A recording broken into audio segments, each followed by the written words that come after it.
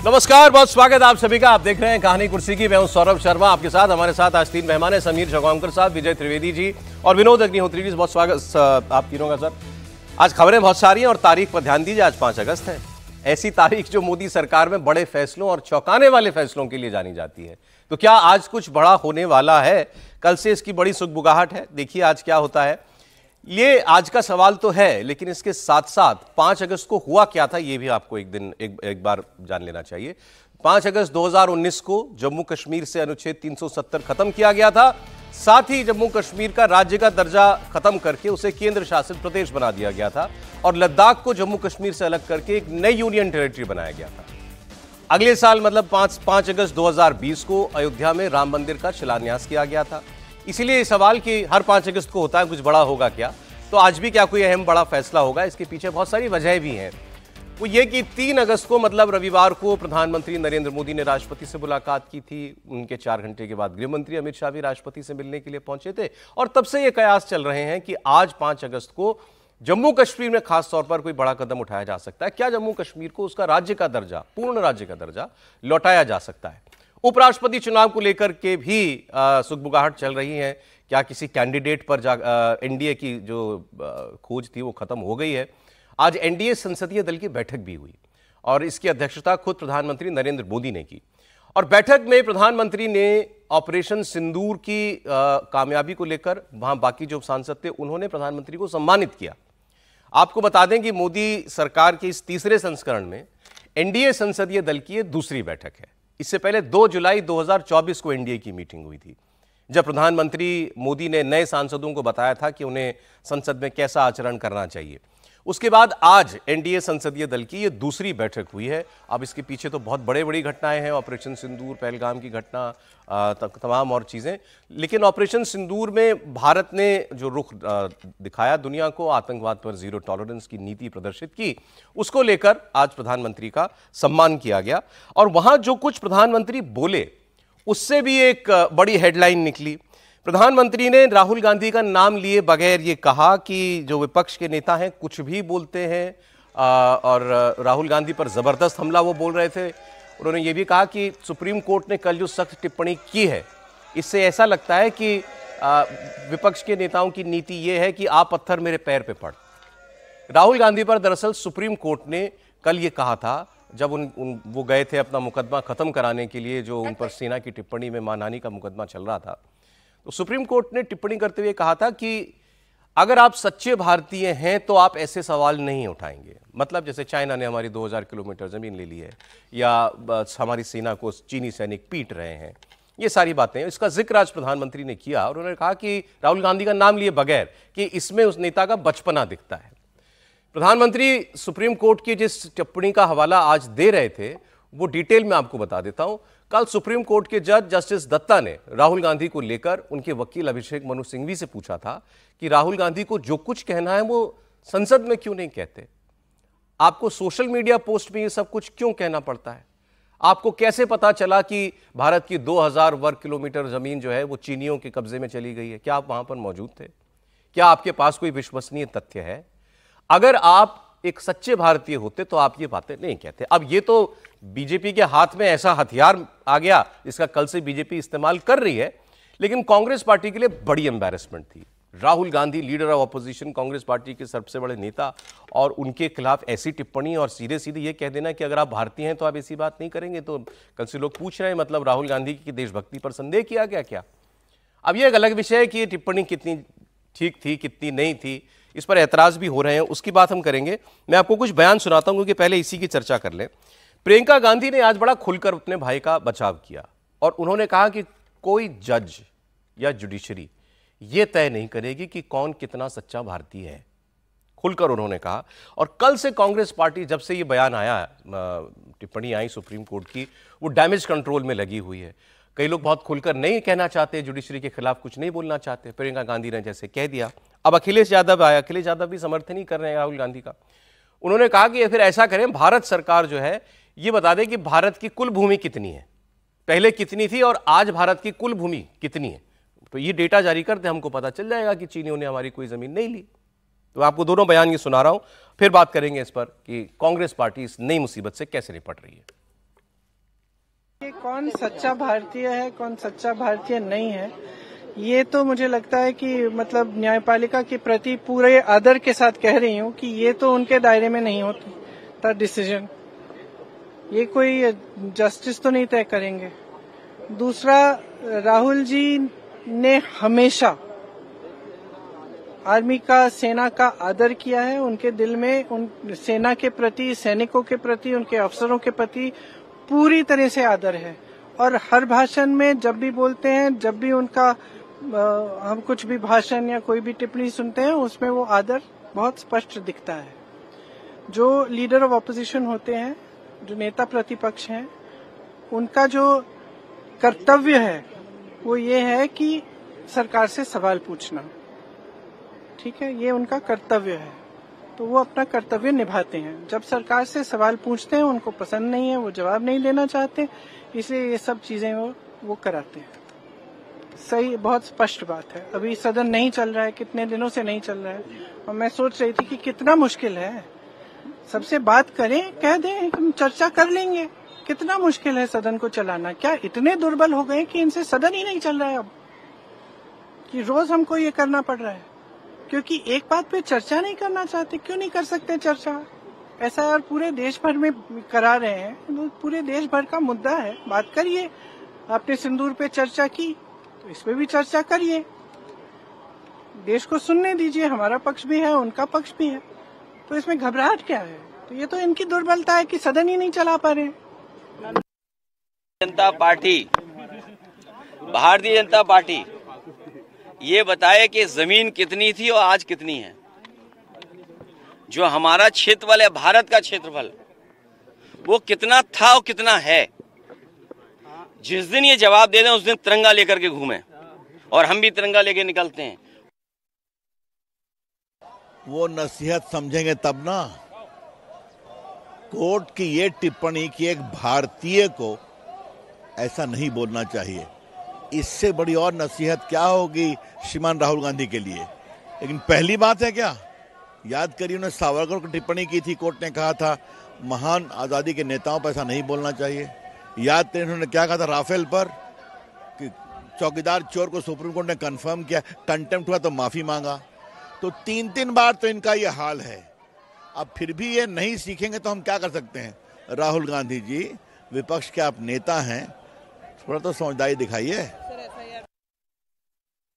कल बाकायदा press conference करके ये मुद्दा उठाया था। किरण रिजिजू ने भी इस पर बयान दिया कि राहुल गांधी ने ऐसी बात की और सुप्रीम कोर्ट को इतनी सख्त टिप्पणी उस पर करनी पड़ी।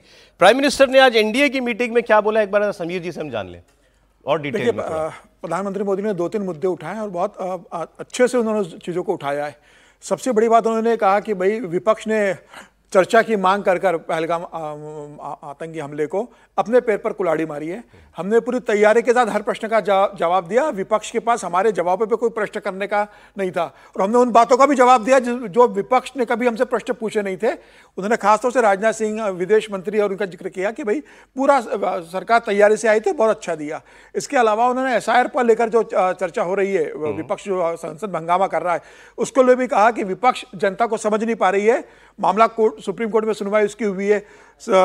SIR को लेकर चुनाव आयोग ने बहुत अच्छे से अपनी बात को रखा है और विपक्ष संसद को चलने नहीं दे रहा है। उन्होंने कहा कि कांग्रेस अपनी कब्र खुद खोद रही है।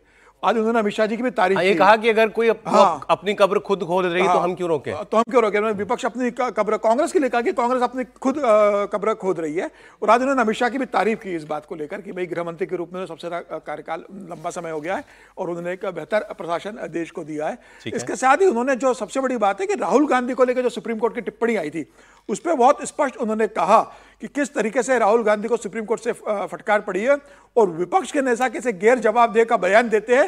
आज सुप्रीम कोर्ट ने उनके ऊपर कहा है, हम पर तो आरोप लगते हैं, सुप्रीम कोर्ट ने भी कहा है कि उनके बयान गैर जिम्मेदारपूर्ण होते हैं। और मुझे लगता है कि जिस तरीके से प्रधानमंत्री मोदी ने आज एनडीए की बैठक में इस बात का जिक्र किया है, यह सीधा सीधा एनडीए के सांसदों को और खासतौर से भारतीय जनता पार्टी के सांसदों को संकेत था कि यह मौका ऐसा है कि इसे छोड़ना नहीं है।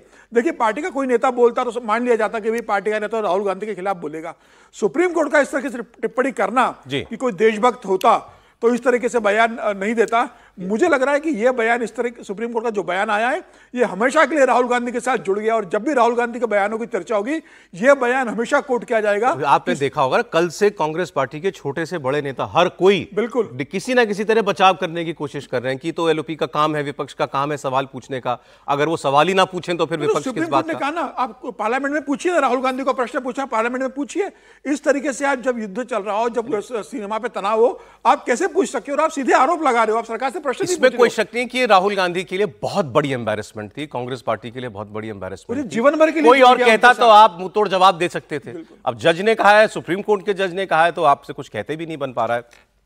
और आज प्राइम मिनिस्टर ने इसकी चर्चा करके इस बात को थोड़ा और आगे बढ़ा दिया। विनोद जी, आप कैसे देख रहे हैं पूरे मामले को? नहीं, कांग्रेस के लिए, राहुल गांधी के लिए निश्चित रूप से एक झटका तो है, और ये दूसरा झटका है मालेगांव के जजमेंट के बाद। मालेगांव जजमेंट के बाद लगातार दूसरा झटका है। पहला झटका वो था और ये दूसरा झटका है। ये अलग बात है कि मतलब जो है वो तो गए थे राहत लेने सुप्रीम कोर्ट, और वो मिली भी, वो राहत मिली, व्यक्तिगत पेशी से छूट मिली उनको, और उससे वो जो है, लेकिन जज साहब ने टिप्पणी ऐसी कर दी। टिप्पणी है, ये कोई फैसला नहीं है, राइट। टिप्पणी है। लेकिन आप याद करिए कि ऐसी कई टिप्पणियां उस समय नरेंद्र मोदी पर भी की जाती थी जब गुजरात के मुख्यमंत्री थे और जब केंद्र में यूपीए की सरकार थी, जो बाद में जो है जिनको लेके कांग्रेसी बहुत हल्ला मचाते थे गुजरात को लेके। तो अब कांग्रेस, मुझे लगता है धीरे धीरे बीजेपी के हाथ में एक मुद्दा है, बड़ा मुद्दा है बीजेपी, जैसे रविशंकर प्रसाद जी ने कहा, प्रधानमंत्री जी ने जिक्र किया। लेकिन कांग्रेस में प्रियंका गांधी ने आज एक जवाब दिया है।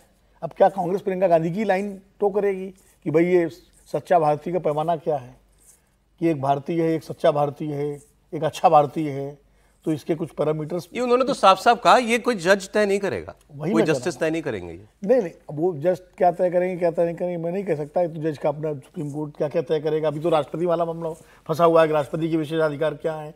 वही सुप्रीम कोर्ट में जो है राष्ट्रपति ने सवाल पूछे, 15 सवाल पूछे हैं।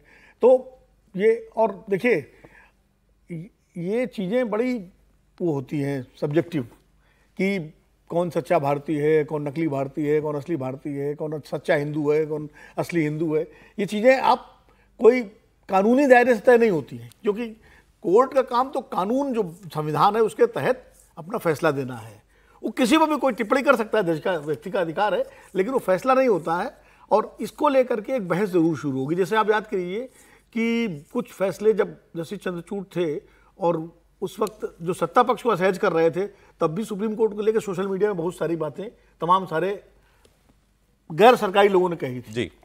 और मुझे लगता है अब विपक्ष को ये चीज असहज कर रही है, तो हो सकता है कि इस तरह की फिर टिप्पणियां शुरू हो जाएं सोशल मीडिया। ज्यादा सर चुभने वाली बात कांग्रेस के इसलिए है क्योंकि एक तो राष्ट्रवाद का मुद्दा, सीधा सीना से जुड़ी हुई बात, तो वो उस आदमी से ज्यादा कुछ कहते बनता नहीं है इसमें। हाँ, नहीं मतलब आप सीधे नहीं, और दूसरी कोर्ट के द्वारा टिप्पणी, अगर ये टिप्पणी मान लीजिए कोई मंत्री रिजिजू साहब करते, अरे तो रोज करते हैं, हाँ रोज करते हैं, तो वो उसका जवाब भी दिया जाता। लेकिन चूंकि कोर्ट, हालांकि प्रियंका गांधी ने तो थोड़ा हेड ऑन लिया है, ये कहने का मतलब, इसका मतलब प्रियंका गांधी ने हेड ऑन लिया है और अपने भाई के डिफेंस में भी आई है। मुझे प्रियंका जी की शैली बहुत ठीक लगती है। वो बहुत अपनी बात उन्होंने बड़ी सख्त कही, लेकिन बड़े सहज भाव में कही, चीख चिल्ला के। राहुल गांधी जी को थोड़ा सा प्रियंका जी की शैली से सीखना भी चाहिए। अभी रविशंकर जी कह रहे हैं सुप्रीम कोर्ट से सीख लो, आप कह रहे हैं प्रियंका जी से सीख लो। राहुल गांधी सीखते ही रहेंगे। नहीं, सीखने का मतलब हर अच्छी चीजें सीखी जाती हैं। ठीक सर, लोग मतलब जो है, बट आप मान रहे हैं कि ये राहुल गांधी के लिए सेटबैक है और मालेगांव ब्लास्ट के बाद लगातार दूसरा कांग्रेस के लिए, और ये तो व्यक्तिगत है सर, ये तो पर्सनल नहीं, पार्टी के लिए राहुल गांधी सर्वोच्च नेता है, इसलिए पार्टी के लिए है। सर बताइए, कांग्रेस का इस पर जो डैमेज कंट्रोल दिख रहा है कुछ इफेक्टिव है? नहीं, कांग्रेस का डैमेज कंट्रोल इसमें बहुत ज़्यादा हो नहीं सकता। उसमें तो सबसे इफेक्टिव तरीके से मैं देख रहा हूँ प्रियंका जी ने जो बोला है, हेड ऑन किया है। और वो हेड ऑन यूँ बहुत महत्वपूर्ण नहीं है, क्योंकि कोई फैसला तो किया नहीं सुप्रीम कोर्ट ने, एक ऑब्जर्वेशन है। ऑब्जर्वेशन बहुत सारे होते हैं, बहुत सारे लोग इस पर भी बहस कर सकते हैं कि उसकी ज़रूरत है कि नहीं है, क्योंकि सुप्रीम कोर्ट खुद कहता है कई बार हाई कोर्ट्स के लिए कि उन्हें बेवजह टिप्पणी नहीं करनी चाहिए।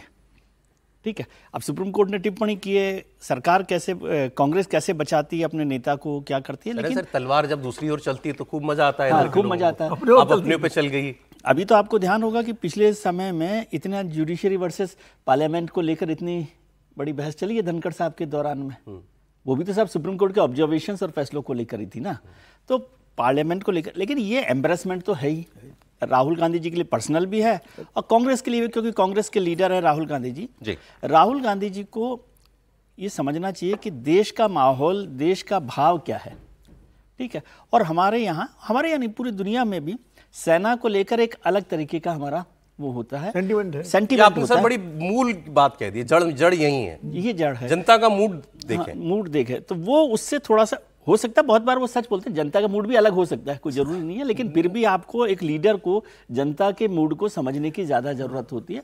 और कहा जाता है कि वो गलत भी हो तब भी आपको जनता के साथ चलना, जैसे अब उन्होंने जब बहुत सारे फैसले बदल दिए, ट्रम्प की इंडियन इकोनॉमी इज डेड वाले बयान पे कह दिया, हाँ ठीक कह रहे हैं। हाँ। और मैं तो खुश हूं, किसी ने तो बोली बात ये नहीं, जैसे तो लोगों को बुरा लगा। इसको एक बड़ा उदाहरण के तौर पे मैं कहता हूँ, फार्म लॉज को लीजिए, किसान कानून जो बनाए, वो जनता का मूड था, इसलिए सरकार ने विड्रॉ कर लिया। एग्जैक्टली। उस पर किसी ने अभी तक ये बात नहीं हुई कि वो गलत थे, सही थे, सरकार तो उस पर बनी रही कि ठीक थे। ज्यादातर कृषि के जो जानने वाले लोग हैं वो भी मानते हैं ठीक है, लेकिन जनता का मूड क्या था? क्योंकि लोग मतलब गांधी जी कहा करते थे कि लोकतंत्र में, लोक राज में लोकलाज बहुत महत्वपूर्ण है। एक चीज और जो राम की कहानी से चलती है ना, सीता के वजह से, एक चीज और, तो वो जिस बयान पर सुप्रीम कोर्ट टिप्पणी है, राहुल गांधी का बयान था, एक तो चीन की जमीन को लेके था, 2000 स्क्वायर किलोमीटर जमीन जो है उस, ठीक है, वो किसी के पास नाप नहीं है और बात भी सही है अपनी जगह कि भाई आप कैसे किस आधार पे कह रहे हैं। सेना वाले मामले में उनका तरीका ठीक नहीं था कि पीट रहे हैं, मैं चीनी सैनिक पीट रहे हैं। जो एक्चुअली गलवान की घटना हुई थी तो वो ये कह सकते थे कि भाई चीनी सैनिकों ने हमला करके हमारे 20 सैनिकों को शहीद कर दिया है, ये तो कर सकते थे। वो पीट रहे हैं, थोड़ा डेरोगेटरी हो गया। हालांकि उनका इरादा सेना का अपमान करने का नहीं था, क्योंकि लगातार कोई भी नेता देश में सेना का अपमान करने का साहस नहीं कर सकता और ना करेगा। लेकिन वो कहते हैं ना, बात नहीं, हमारे अवधि में कहावत है कि बात नहीं टेढ़ बत कहो टेढ़। कल तो मतलब बात टेढ़ी नहीं, बात करने का तरीका टेढ़ा क्या है। होता अगर सुप्रीम कोर्ट राहुल गांधी से अगर ये कह देता कि आपने जो आरोप लगाए उसके डॉक्यूमेंट्री एविडेंस लेकर आप आइए, वरना देश से माफी मांगी, अगर ये कह देता कि मीडिया रिपोर्ट दिखा देते हो, उनके वकील अभिषेक मनु सिंघवी ने यही तो कहा कि मीडिया रिपोर्ट्स के बिना पर बोलते हैं। मीडिया रिपोर्ट्स पे थोड़ी कह सकते हो कि कब्जा कर लिया है। आप सरकार से पूछ सकते हो ना, आप रक्षा मंत्री को पत्र लिख सकते हो, आप प्रधानमंत्री से समय मिलकर बात कर सकते हो। आप सीधे कह दियो कि 2000 स्क्वायर किलोमीटर की जगह पे चाइना ने कब्जा कर लिया, तो सीधा दावा कर रहे हो उस बात को लेके। लेकिन मैं इस सारे उसमें जो थी बेसिक बात मुझे आपने जो कही वो बिल्कुल पते की लगी। जनता का मूड आप भांप रहे हैं कि नहीं भांप रहे हैं? ऑपरेशन सिंदूर पर अगर देश की जनता खुश है कि पाकिस्तान को आपने पीटा, आतंकवादियों को मारा, तो आप फिर उसके बाद पहले ही दिन से ये ना पूछना शुरू कर दें कि जहाज कितने गिर गए थे, वो लोगों को खटकता है। खैर, आज पार्लियामेंट में कुछ और हंगामा भी हुआ, वो मैं आपको बता देता हूं। विपक्ष के सांसदों ने पहले संसद परिसर में प्रोटेस्ट किया, फिर लोकसभा के अंदर एसआईआर के मुद्दे पर हंगामा हुआ और लोकसभा के वेल के अंदर जाकर नारेबाजी की गई। लोकसभा की कार्रवाई दोपहर 2 बजे तक के लिए स्थगित कर दी गई और लोकसभा में आज लेकिन कृषि मंत्री शिवराज सिंह चौहान ये खड़े होकर ये आरोप लगाते दिखे कि उन्हें नहीं बोलने दिया जा रहा। मंत्री कह रहे हैं कि हमको नहीं बोलने दिया जा रहा। मैं आपका संरक्षण चाहता हूं। ये विपक्ष क्या तमाशा कर रहा है? माननीय अध्यक्ष महोदय, लोकतंत्र की हत्या प्रतिपक्ष कर रहा है। मुझे सवालों का जवाब नहीं देने दे रहा। मेरे सवाल किसानों से संबंधित, गरीबों के कल्याण से संबंधित है। ये केवल लोकतंत्र की हत्या कर रहे हैं। किसानों का अधिकार है उनकी कल्याण की योजनाओं के बारे में जानना, ये उससे रोकने का प्रयास कर रहे हैं। माननीय अध्यक्ष महोदय, मैं जवाब देना चाहता हूं। आप जवाब दो। हल्ला गुल्ले में माननीय अध्यक्ष महोदय, जवाब दो आप तो। ये तो लोकसभा में हुआ जहां कृषि मंत्री कह रहे हैं कि मेरा जवाब नहीं जा पा रहा है, मुझे बोलने नहीं दिया जा रहा है। राज्यसभा में भी खूब हंगामा था, लेकिन यहां मुद्दा दूसरा था। पहले तो वोटर लिस्ट रिवीजन को लेकर के हंगामा चल रहा था, फिर उसके बाद मुद्दा बन गया सदन के अंदर सीआईएसएफ के जवानों को क्यों बुलाया गया। ये कुछ रोज पहले की बात है। यह आरोप लगाया था कांग्रेस पार्टी ने, मल्लिकार्जुन खड़गे ने। उन्होंने उपसभापति हरिवंश और नेता विपक्ष मल्लिकार्जुन, उन्होंने उनसे सीधा कहा कि आपने यहां सीआईएसएफ को कैसे बुला लिया जब हम लोग वेल में आए थे। तो इस पर और उनकी उपसभापति हरिवंश की कुछ तनातनी भी हुई। फिर इसके बाद जवाब देने के लिए नड्डा जी भी उठे, किरण रिजिजू भी वहां पर थे और उन्होंने कहा कि यह आरोप सरासर गलत है। सीआईएसएफ कोई पैरामिलिट्री फोर्स के लोग सदन में नहीं आ सकते और ना आए थे। मार्शल्स ही तैनात होते हैं और वो मार्शल ही थे। ये कोई बड़ी बात नहीं, एक डेमोक्रेटिक वे में ही हम प्रोटेस्ट कर रहे हैं और ये करते रहेंगे, ये हमारा राइट है। ये उन्होंने कहा तो अगर मैं लेटर लिखा, आपको इतना क्यों ऑब्जेक्शन?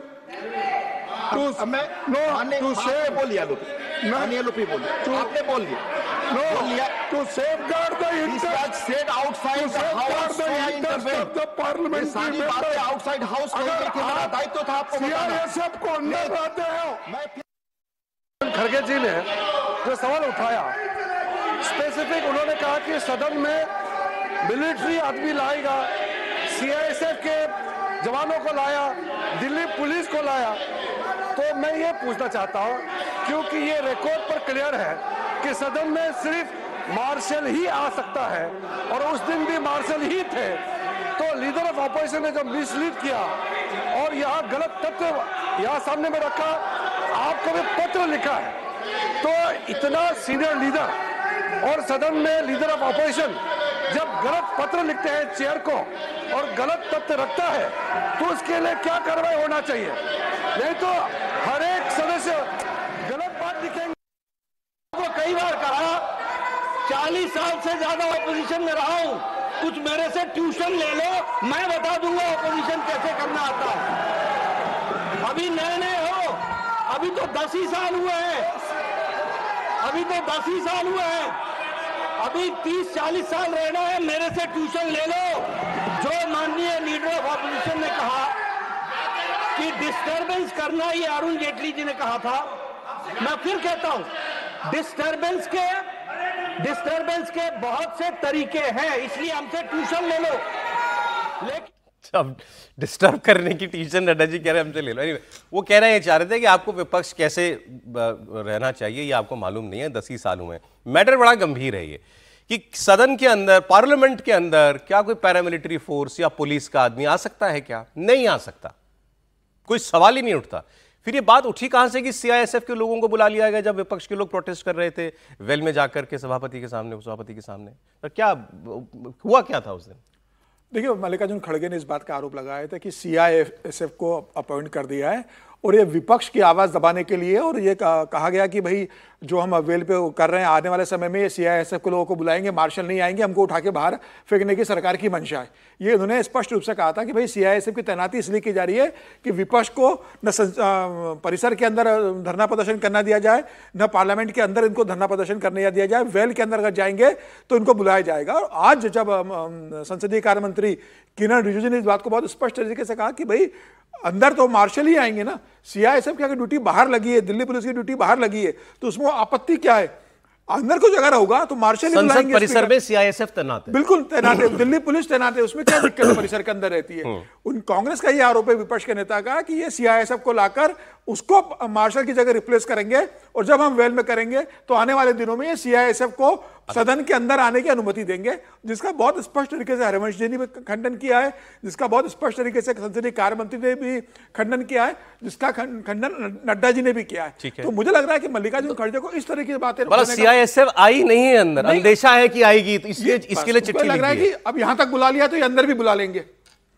कमाल है, पार्लियामेंट की सिक्योरिटी कोई तो करेगा, और अंदर तो लोग वर्दी में होते ही नहीं। ये मार्शल्स कहां से रिक्रूट होते हैं मैं नहीं जानता, हो सकता है कि सिक्योरिटी फोर्स से लेते होंगे। लोकसभा सिक्योरिटी की अलग है, पार्लियामेंट सिक्योरिटी अलग तरीके से का स्टाफ है वो। दरअसल देखिए, पहले जो व्यवस्था थी आपकी, दिल्ली पुलिस आउटर गेट पे सारी सिक्योरिटी करती थी। वॉच एंड वार्ड डिपार्टमेंट होता था, जो बाहर गेट जहाँ से हम लोग एंट्री करते हैं कैंपस के अंदर, वो वॉच एंड वार्ड था और मार्शल अंदर, ये सिस्टम था। और CRPF की कैंप रहता था किसी भी अनहोनी से निपटने के लिए। डिप्लॉयड नहीं रहते थे कैंप। जो आप याद करिए, जब अटैक हुआ था संसद पे, तो CRPF की जो कैंप थी उसी से फिर मुठभेड़ हुई थी, जिसमें उनके लोग मरे थे। उसके बाद ही नियम बदले भी, पार्लियामेंट अटैक उसके बाद फिर सिक्योरिटी और टाइट की गई। लेकिन अभी इस सरकार ने जो CRPF को अंदर से विड्रॉ करके, कुकरी हटा के, और वॉच एंड वार्ड स्टाफ की सिक्योरिटी की जगह CISF की सिक्योरिटी लगा दी है। ठीक है, सारे गेट्स पे, हर जगह। आप पार्लियामेंट के अंदर आप जाएंगे तो एकदम बाहर से लेके CISF आपको, दिल्ली पुलिस वाले सड़क पे मिलेंगे आपको, अंदर सब, उसके बाद अंदर रिसेप्शन गेट से लेकर के अंदर तक सब जगह CISF मिलेगी। और इवन जो गैलरीज के गेट हैं, मतलब जो बाहर गैलरीज के गेट है, वहां भी CISF के लोग होंगे। तो वो वॉच एंड वार्ड खत्म कर दिया गया। वॉच एंड वार्ड खत्म हो गया। वो वॉच एंड वार्ड वाले सिविल ड्रेस में रहते थे, सिविल ड्रेस में, वो सफारी में रहते थे, मतलब सफारी में, और उन पर हथियार नहीं होते थे वो, और अंदर जो है मार्शल का काम होता ठीक है। अब इनको आशंका है कि जिस तरह से गेट्स पे सब जगह सीआईएसएफ लग गई तो कहीं अंदर भी ना आ जाए, तो ये आशंका के आधार पर विपक्ष ने सवाल उठाया है। अंदर का अभी कोई प्रोविजन नहीं है। जी विजय जी, पहले जो है पार्लियामेंट का जो पूरा सिक्योरिटी जो था वो पार्लियामेंट्री सिक्योरिटी के पास था, जो वॉच एंड वार्ड जिसे कहते हैं, वो कैंपस में पूरा का पूरा करता था। और जब ये और स्पीकर कंट्रोल करते थे, इस लोकसभा अध्यक्ष जो है उसके वो होते थे मास्टर। और लोकसभा की पार्लियामेंट की सिक्योरिटी लोकसभा सेक्रेटरीट के अंडर ही है, राज्यसभा के भी नहीं है, लोकसभा सेक्रेटरीट के अंडर में है। तो जब ये हुआ पार्लियामेंट अटैक, उस समय भी वार्ड एंड वॉच के लोग थे जिन्होंने पहले सामना किया, फिर सीआरपीएफ के लोग भी वहाँ पर थे, तो उन लोगों ने उसका सामना किया और वो सारी लड़ाई लड़ी। अंदर तो मार्शल ही रहते हैं हाउस के अंदर, वो तो कोई और जाता नहीं है।